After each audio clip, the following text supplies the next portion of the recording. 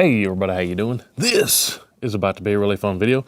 Been looking forward to getting this thing out to the range for a long time now. Tons and tons and tons of you guys have asked me to get this thing out to the range.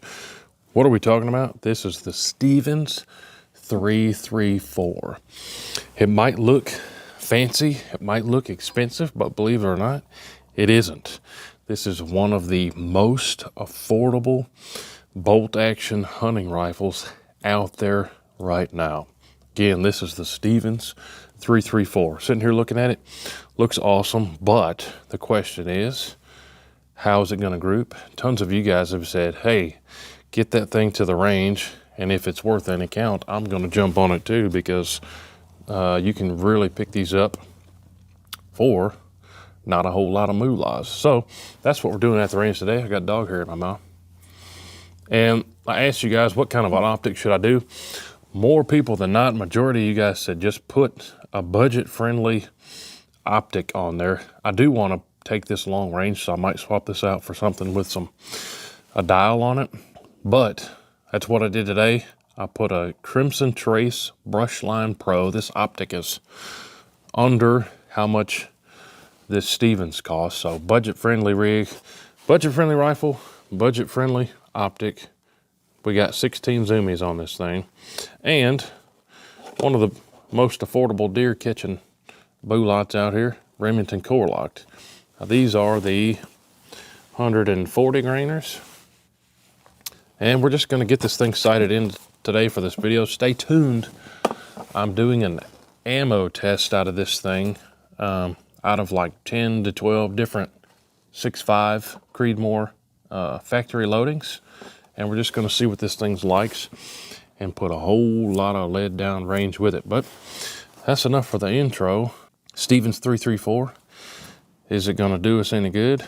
I've got my Caldwell Lead Sled DFT2 out here, try to take the most of me out of the equation and do this thing justice. But I just robbed this scope off a different 6.5, so in theory it should be pretty close, and we'll get it sighted in and do a group or two with this core locked, get our first thoughts of the Stevens 334. I have not tried to adjust the trigger or anything. This is right out of the box, and I put the scope on there. Let's see what happens. It does have a detachable mag. Some people care about that. All 16 zoomies on there.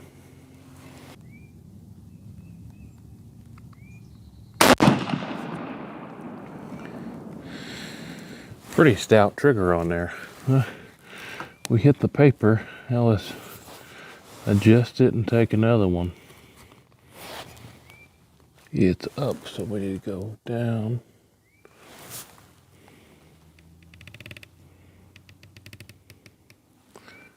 And it's left, so we need to go right.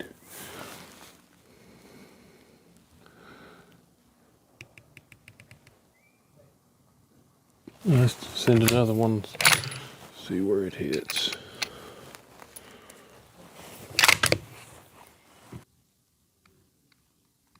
A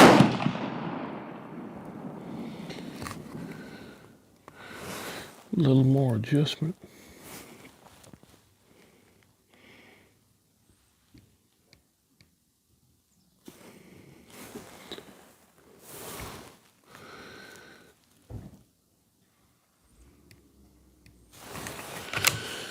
And let's send one more at that same hole there in the middle. Not hot yet.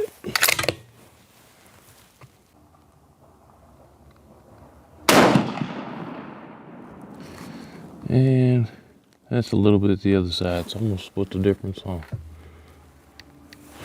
And let's do a group without messing with the scope now. After 3 there, kind of slow. Don't hardly feel any heat on that barrel, so let me load 3 and we'll do a group and see how this Stevens 334 likes the core locked. Come on now.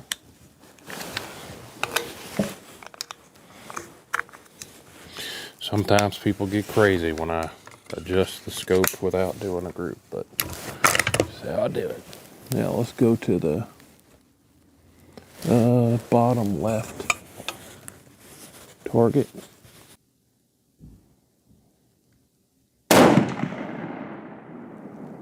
We're in the bullseye there, so that circle's a penny that I traced, which is 0.75 inches.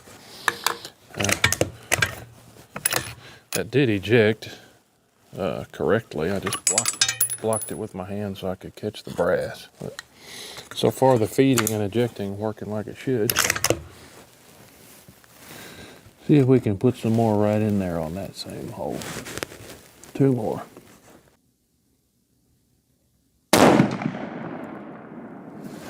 Well, 2 in the same hole with the Stevens 334. I should just stop the video right there, but now there's a chance I'll mess this group up with this third one, but we're going to do it anyways.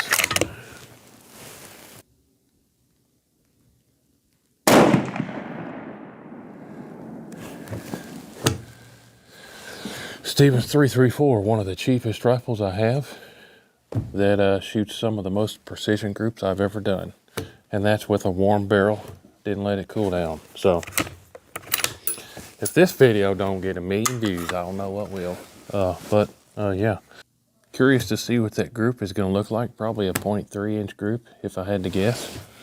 Yeah, I'm not going to touch this scope. That's 3. It looks like 3 touching 3 in the same hole, which it's pretty hard to do no matter what you're doing. I'm going to measure that with the calipers. Let me go grab it, and I'll see you at the house. We'll measure that group with calipers. But so far, first impressions, the group speaks for itself so far, and we found out that it likes these core locks. We're going to try some more stuff too, and just see if we can find some other stuff that it likes, if you can't find this stuff. Just to show you, that far berm is 200, and then there's my 100-yard target right there. 100 yards is further than some people assume sometimes. So it's a whole football field. Alright guys, so I'm still at the range, but I'm going to try to show you this before I get to the house and in between these guys blasting over here quick. But Stevens 334, Remington core locked. That's those 140s. Now this was my first hit. I told you I took that optic off another 6.5, so it ought to be at least on paper. That was my first one, then my second one, then my third one. Then I split the difference on the clicks there. Then my very next one, right here, guys, kissing that bullseye. Now, just to show you, I got the calipers out there. 0.38, measuring center to center from the 2 farthest here and there. And that is my first trip to the range with the Stevens 334. A 0.38 inch group with the first 6.5 Creedmoor that I put in it. The Remington 140 grain core locked. But like I said, you just about can't beat that. Couldn't really ask much more out of that thing, but I'm going to test a whole bunch more in it. Like I said, if you can't find some of that stuff. But so far, working out pretty good. Alright, so real quick, back from the range. The Stevens 334, like I said, a majority of you guys said, now I put a budget-friendly optic on it. So I put this Crimson Trace 4-16 on here. And yeah, the proof is in the footage there. 0.3 and some change inch groups at 100 yards. First time trying. So it looks good. So far, so good. We're getting crazy good groups. Very good groups. Anything under 1/2 inch groups is incredible in my book. And I have not touched the trigger. Now let me tell you, out of the box, this is one of the heaviest triggers that I've ever squeezed. Did that affect us at the range today? No. But definitely not a light trigger. And I didn't look it up yet. There's a hole in the trigger guard A lot of times when there's a hole in the trigger guard, that means that's how you adjust it. I have not looked into adjusting this trigger, so you may be able to lighten it up. To be quite honest, I didn't look it up. I don't know yet, but it does have quite the heavy trigger. Pretty good. Heavier than the average barrel, especially for this price range. Came with the pick reel on top, and it looks fantastic. This wood looks absolutely fantastic. Everyone I show this to is like, whoa, what in the world is that? Well, it's a pretty affordable Stevens 334 is what it is. But you guys saw there at the range, first stuff that I put in it was that core-locked 140 grain. I don't think I showed you one of those yet. Let me go ahead and show you. But if you're familiar with core-locked lead tip hunting round. But yeah, sometimes we get lucky and it really likes the very first thing that we try in it. Stay tuned for more on this 334. I'm going to run 10, 11, 12 different types of factory loadings for this. And I also have got some 140s, ELDs that I can load for this. So that'll be fun too. But hey, appreciate y'all watching. I won't ramble anymore. You guys have been asking and asking and asking for more videos on this Stevens 334. And it really did good for us at the range today. So stay tuned. Going to be doing more on this. Appreciate y'all watching. We'll see you on the next one. Hooty-hoo! Load it up and get all the zoomies you can. 30-06, 10 mil, 50 cal. It don't make a difference, man. We like